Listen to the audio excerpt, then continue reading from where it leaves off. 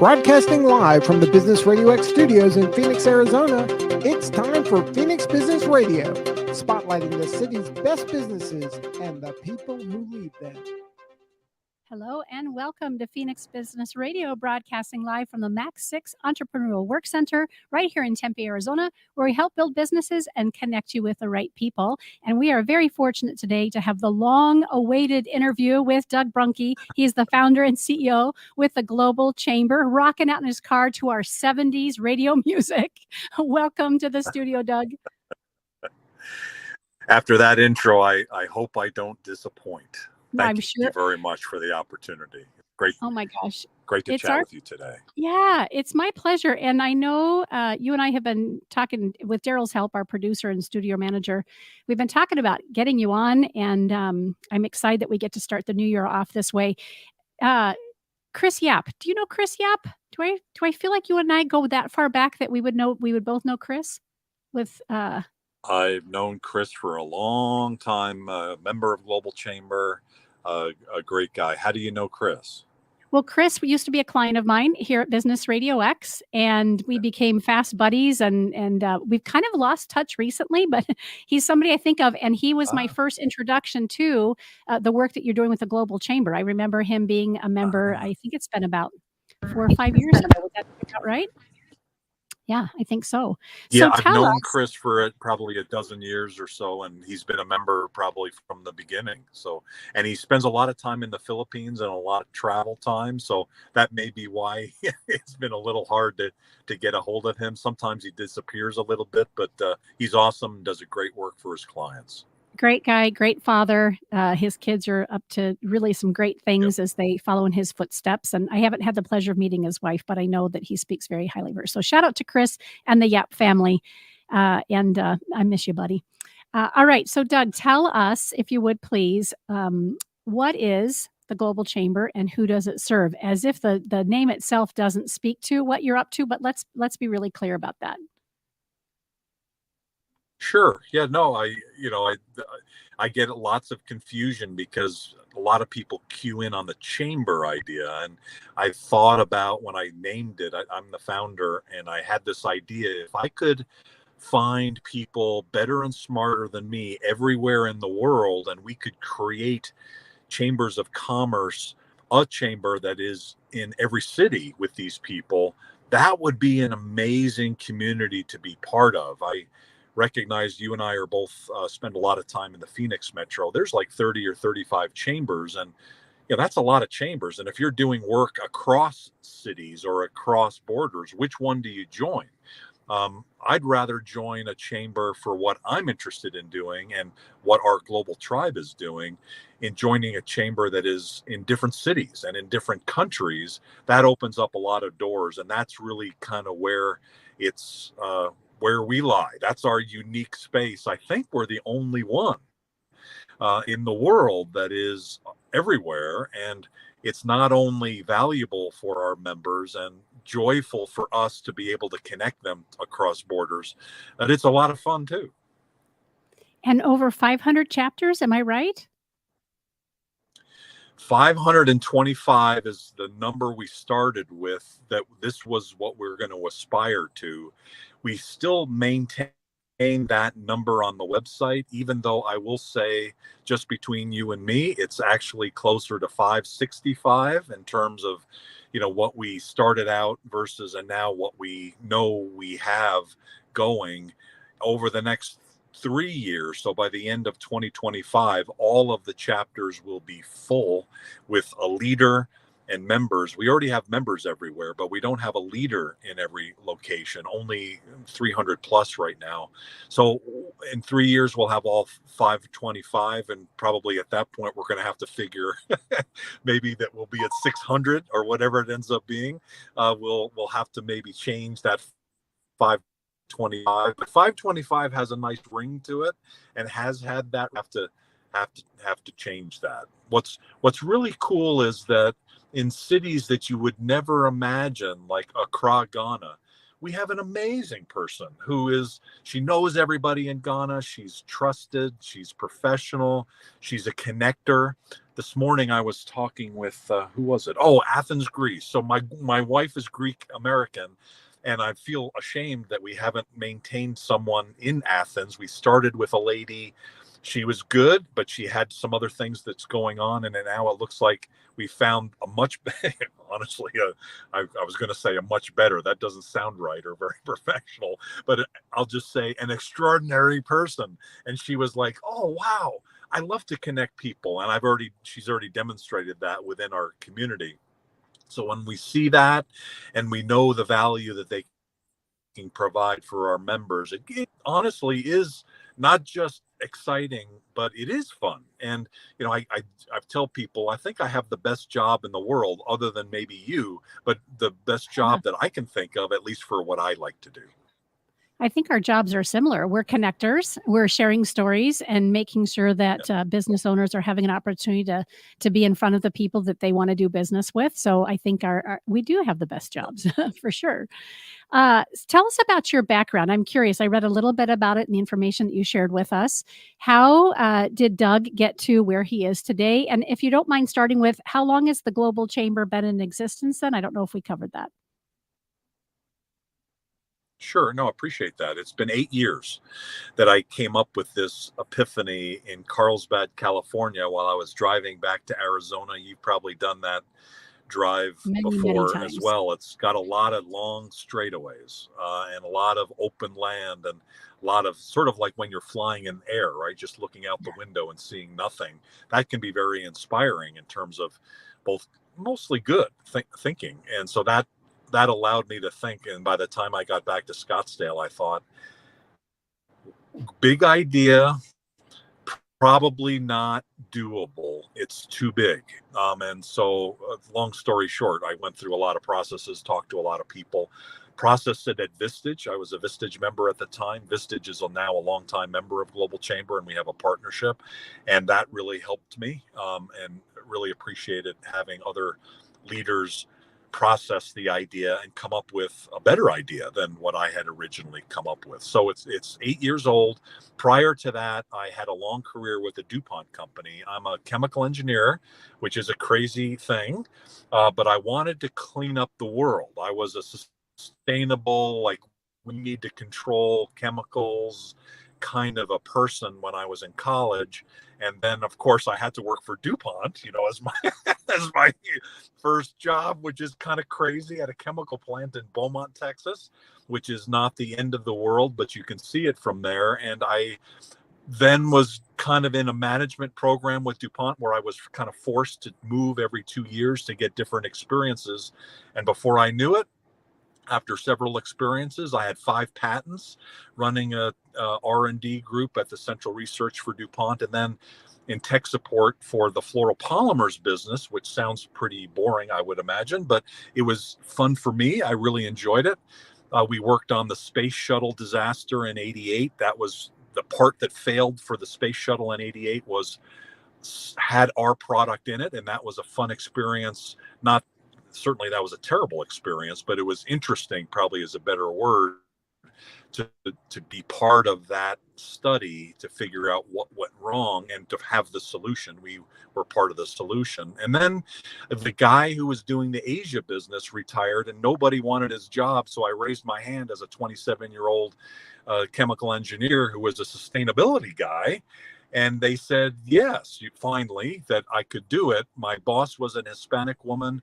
Her boss was an African-American woman. And despite the Asians not wanting me because I was too young, they fought for me. And so certainly what is part of Global Chamber now is diversity and inclusion and giving people a chance, no matter what your skin color is, no matter what your gender is and who you love and what your age is, people should be given a chance. And so that was an early introduction for me, and certainly a very fortunate one, because global is my life. And even though sustainability is as well. And it's really thanks to Ann Zaragoza, my boss, and Claiborne Smith, her boss. They got me going into international and no turning back. What a fantastic, not only success story, but background too, leading you up to this open road from Carlsbad to Arizona, coming up with an idea. What if we had a global chamber? I love it. Are related to Thunderbird School of Global Management in what way? Thunderbird, the old Glendale campus, was an inspiration for me. I'd meet this guy, Dave Moss, out there, and we'd go to the cafeteria for lunch. He was just a friend, and I loved the fact that everybody was from somewhere else. 36 years ago, I did my first international trip, and I'm a global guy. I mean, I'm a guy that would like go country to country, customer to customer. I got brought down onto the Hyundai floor where they make the cars in 1988. And they wanted me to help, who was just trying to learn and try to solve problems. And so that's kind of Doug Brunke, just somebody who can just jump into situations and try to help. And so that's part of my love for global business. Then when I was at Thunderbird and the old cafeteria, is like, wow, what a group of positive global people. I love this. Why can't more people be part of this?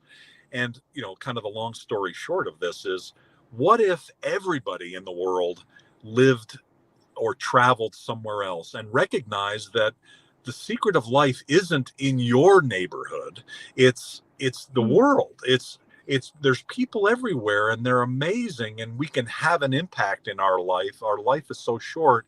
Let's do it with other people, and not just around people who look like us, but people who look different, because they're amazing. And I went to high school, 544 students, one African American. I don't think we had a single Hispanic. This is upstate New York. It's like, that's not right.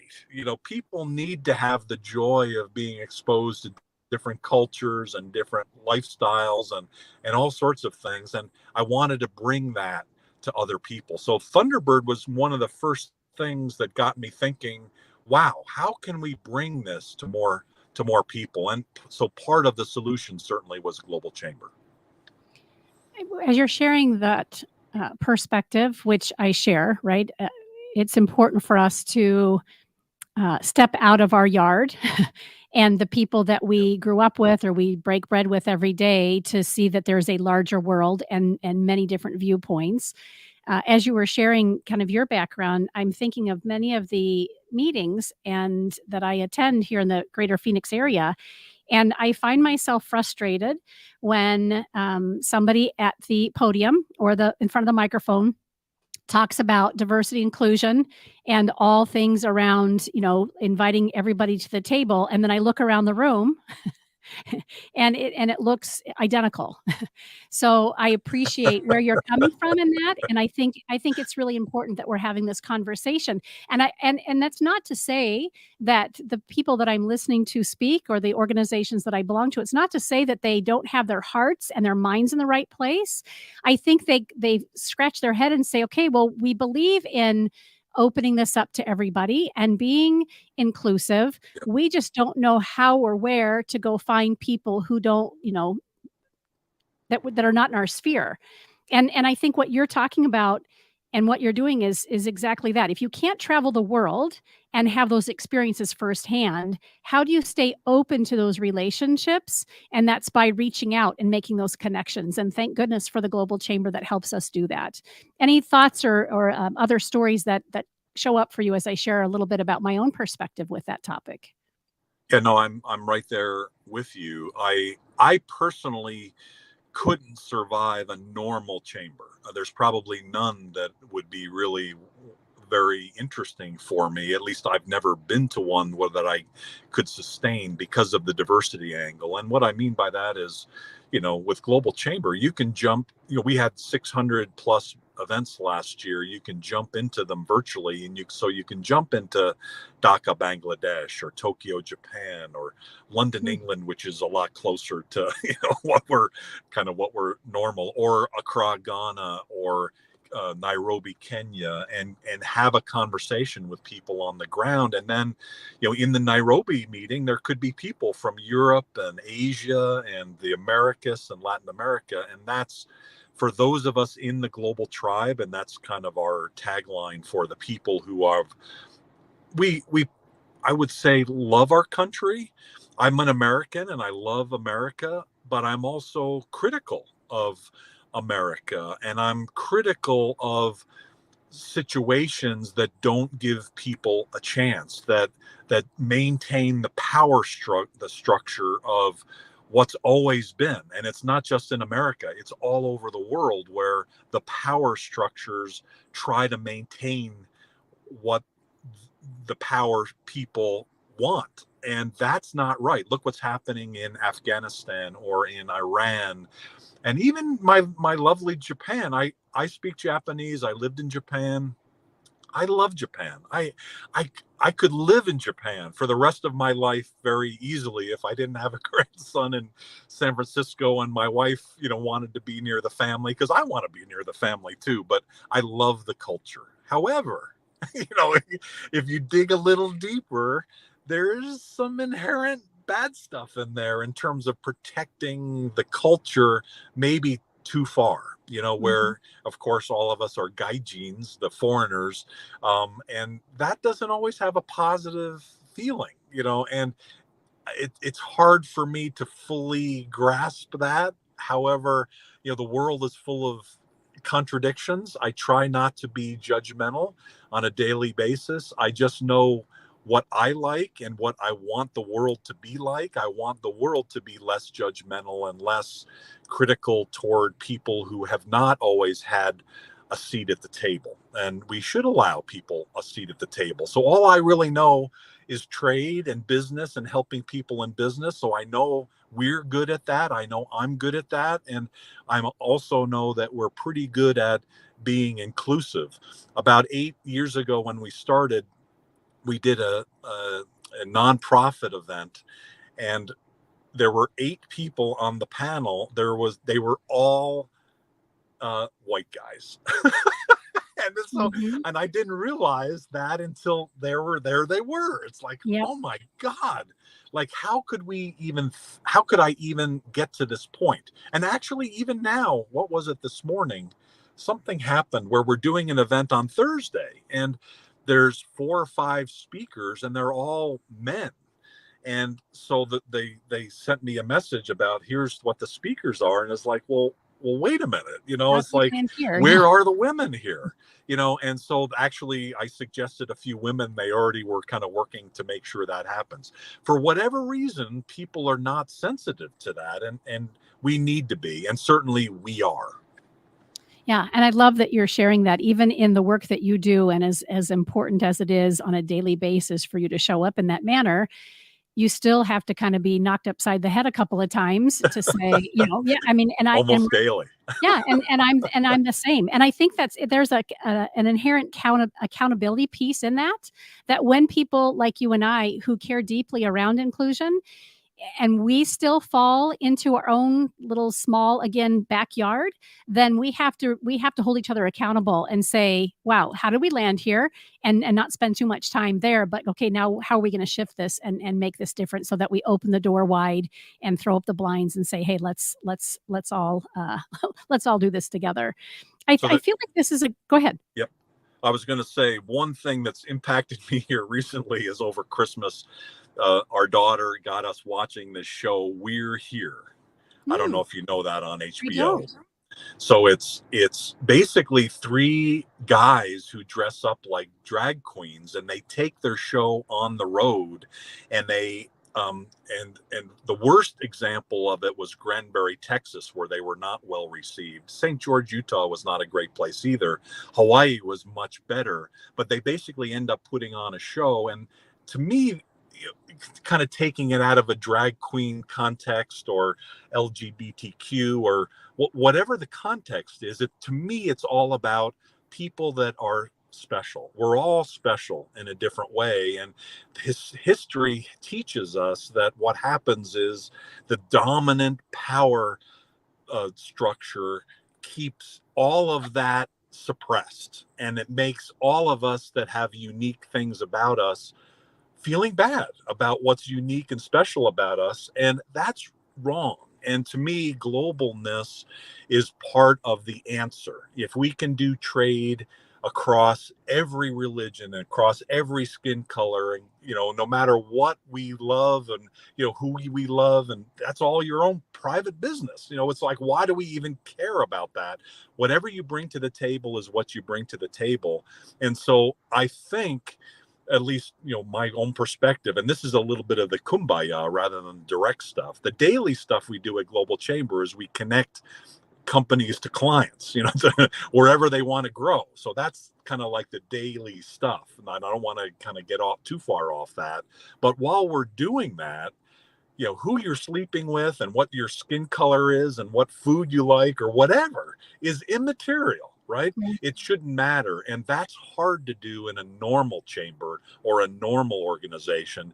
It's pretty easy to do at Global Chamber, because at the end of the day, we're making connections, and sometimes you don't even know who you're talking to. Yeah. Yeah. And so it's just like, how can we grow and how can we make this a better world and have impact? That's what it's all about to us. Fantastic. Thank you for sharing that. You have a new book. Is it out yet, or you're working on it? I believe it's called Global is Good. Tell us about that. So Global is Good, to a large extent, goes to the heart of Global Chamber, and that is building trade, and the concept that global is good versus what we're taught generally is global is bad.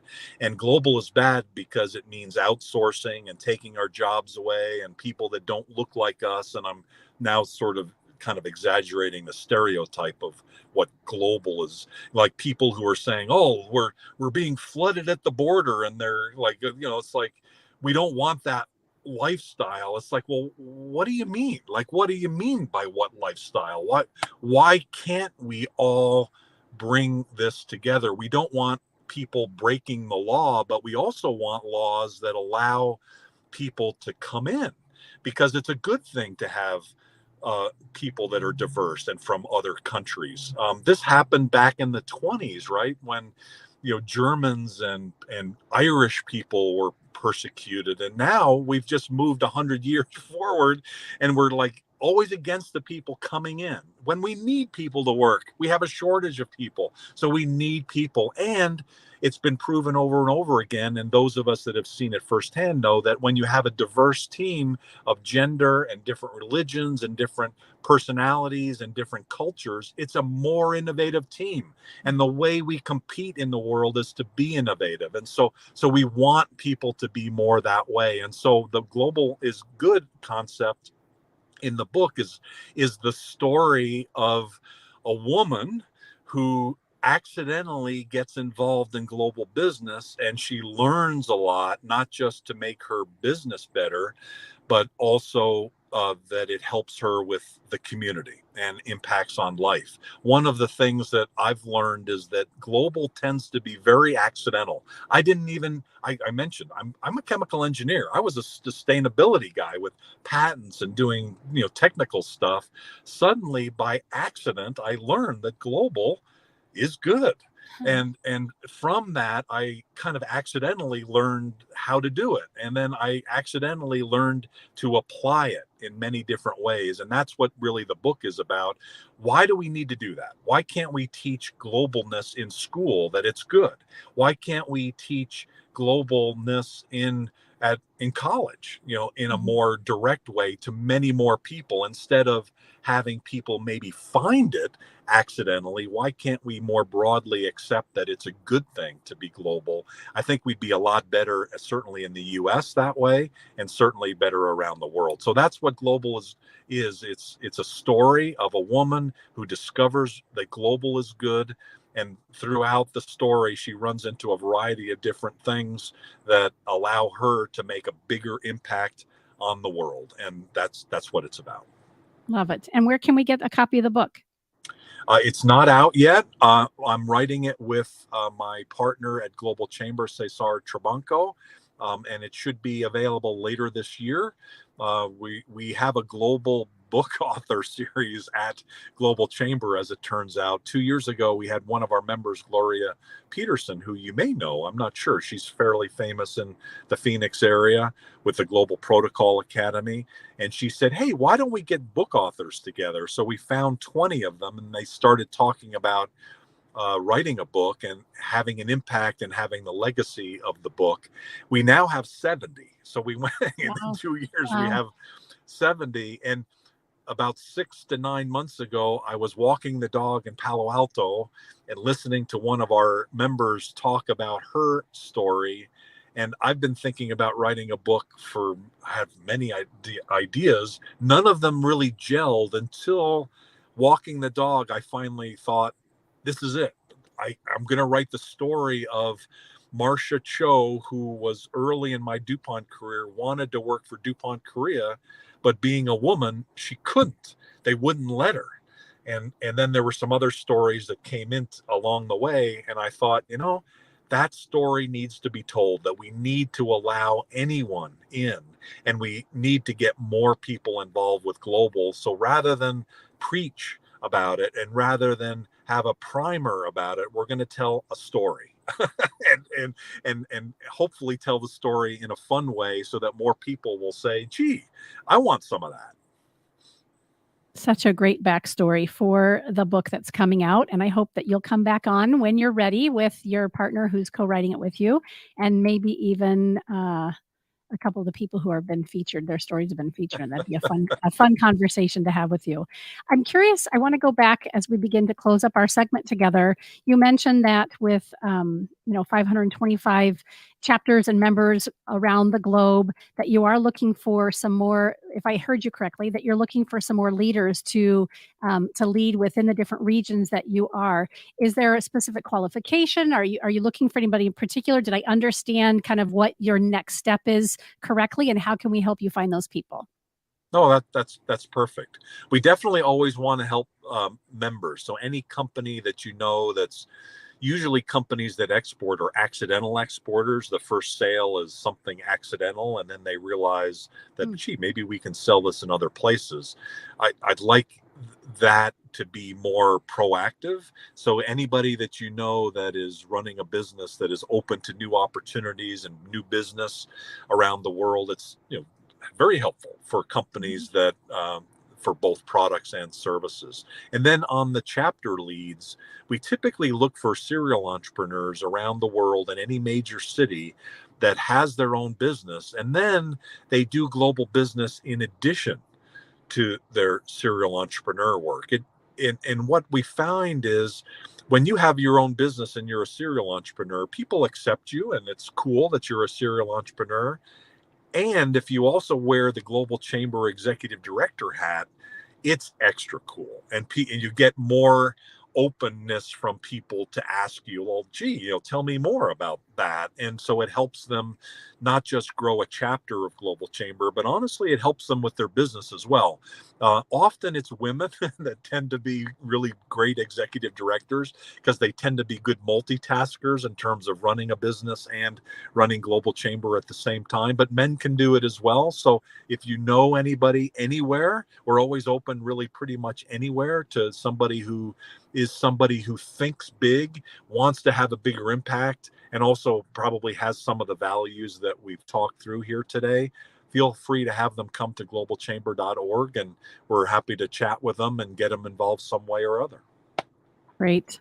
And what kind of a time commitment is it? Because of course they're running their businesses and doing their own thing as well. Do you have a time frame, or maybe what are some of the specifications that some of these serial entrepreneurs might consider as they reach out to you?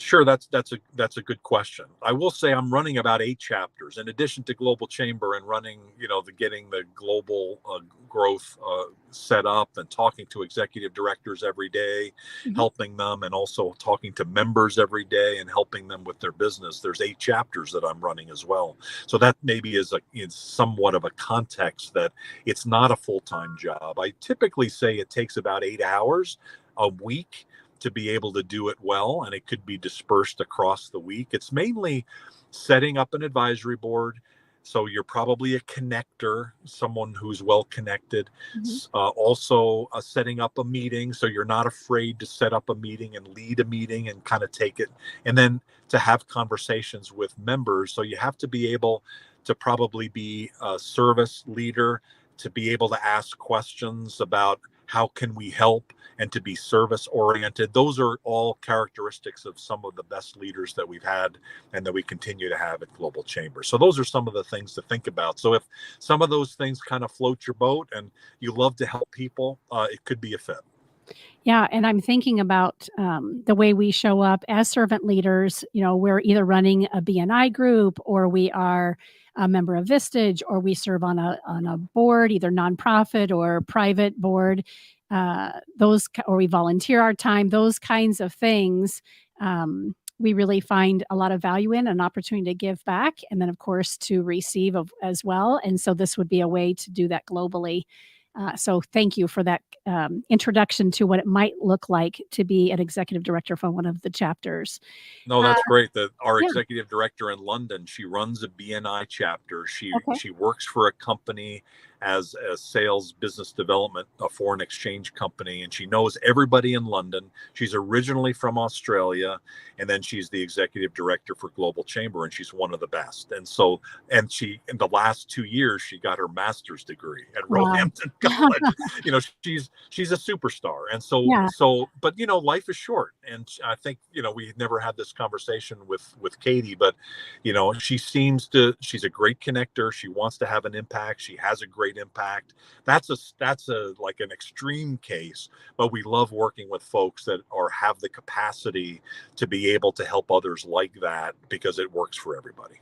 And when it's a handful of hours per week and not something that's all consuming, people really can fit it into their world, especially when they want to add value to people across the globe and make those connections. And you, of course, have provided an incredible framework for them to do that through creating the Global Chamber 8 years ago. I find that fascinating. So we are just about out of time. Is there anything that I hadn't thought to ask, or that you wanted to make sure that our listeners and viewers knew about the Global Chamber before we close? We're at globalchamber.org is our website, and we welcome anyone that is, professional and capable and honest and ethical and shares those values we have that we talked about today. We do have shared values on our website. If you go to the About page, you'll see our mission and our vision and our values. And if those things appeal, we're happy to have a chat with you. The Global Tribe has helped me survive the last 5 years in the United States with lots of craziness. The Global Tribe isn't crazy. They're servant leaders. They help each other. They're truth tellers. They just want to do the right thing. And that's a great environment to be in. We're trying to make business across cities and borders as easy as selling across the street. And that's really kind of our mission, doing that on a daily basis with leaders. And so thank you for the opportunity to share today. Thank you for getting it. I can tell you get it.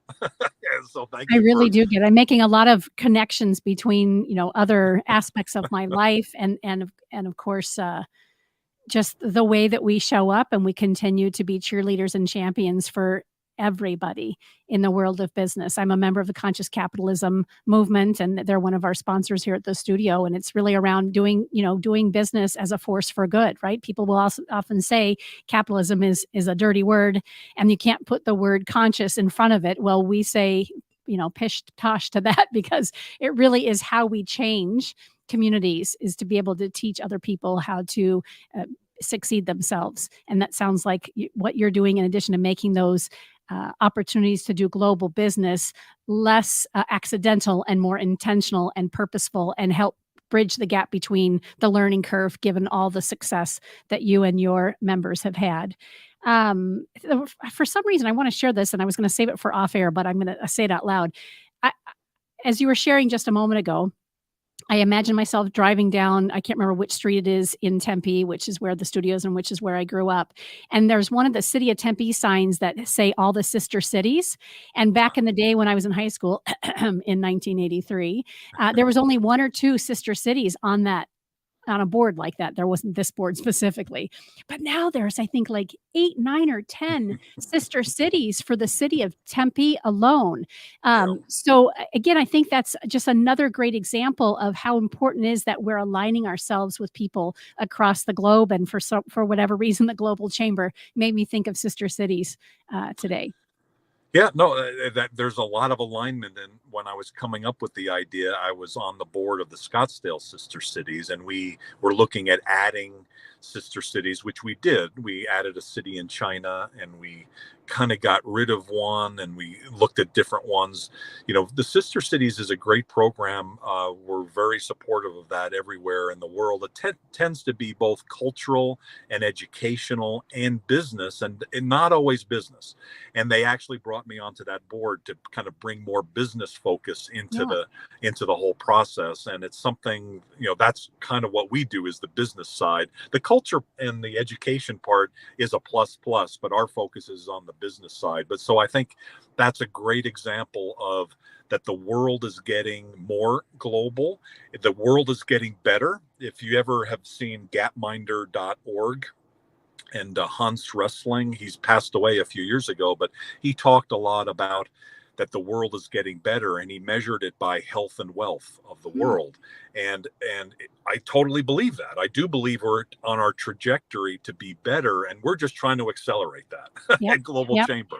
And by doing that through trade, I know every day that we're making an impact, and we just want to make more and more. So welcome you for your involvement. I'd love to figure out how to work with conscious capitalism. I've talked to several people about that. We haven't figured out a way to collaborate yet, but we are extreme collaborators because we do believe it takes a village. A lot of people are coming at this same kind of a concept of making a greater global impact in the community from different angles, and we're happy to collaborate. Such a great way to close our segment today. And I can see that you and I are going to have more conversations besides just today. So I look forward to that. And again, Doug, your website one more time is globalchamber.org. And Doug Brunke is also on LinkedIn and Twitter and Facebook and Instagram. Look at you. You just got all the social media platforms covered. Thank you. And I have my grandson Luca on my Twitter and my Facebook account. Yay. I even figured out a way to slip him in occasionally into LinkedIn, at least with some of the Global Chamber events and things like that.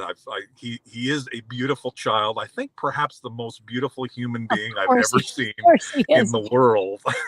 And he's only a couple months old, isn't he? Or not even? Remind me. He's only 3 months old. And right. and actually it reminds me, because my daughter, when she was 5, I remember how pure and amazing she was. And then the world kind of takes over, and it molds us into feeling like we're not perfect and we're not as good as we could or should be. And that, quite honestly, that is a lot of what's in my head when I think about Global Chamber. Yeah, every day I'm thinking about making connections on business. That's what we do.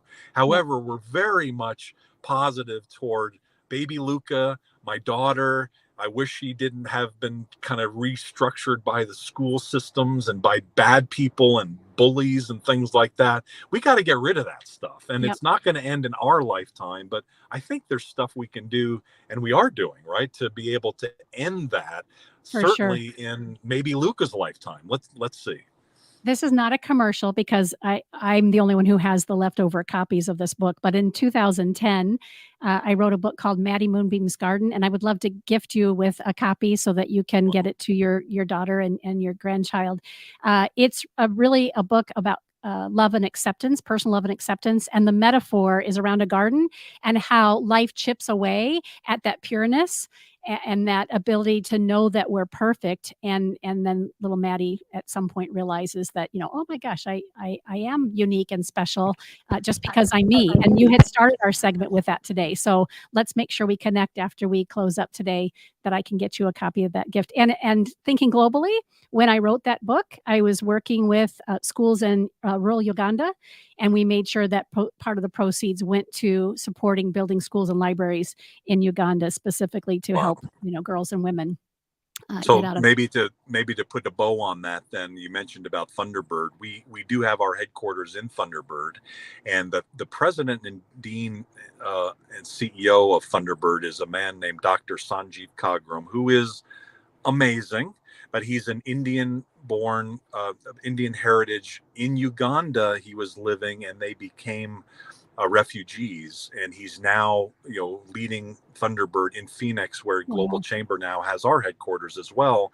And his sensibility and his pure thought and his drive toward the issues and the concepts that we've talked about today is right in line. So would love to be able to get him connected to you as well. And certainly there's a Tempe connection because ASU now owns Thunderbird, and so it Yes. all kind of comes together. So perfect. Look at that. We're weaving the tapestry as we're having this conversation, which is a great example of what both you and I do.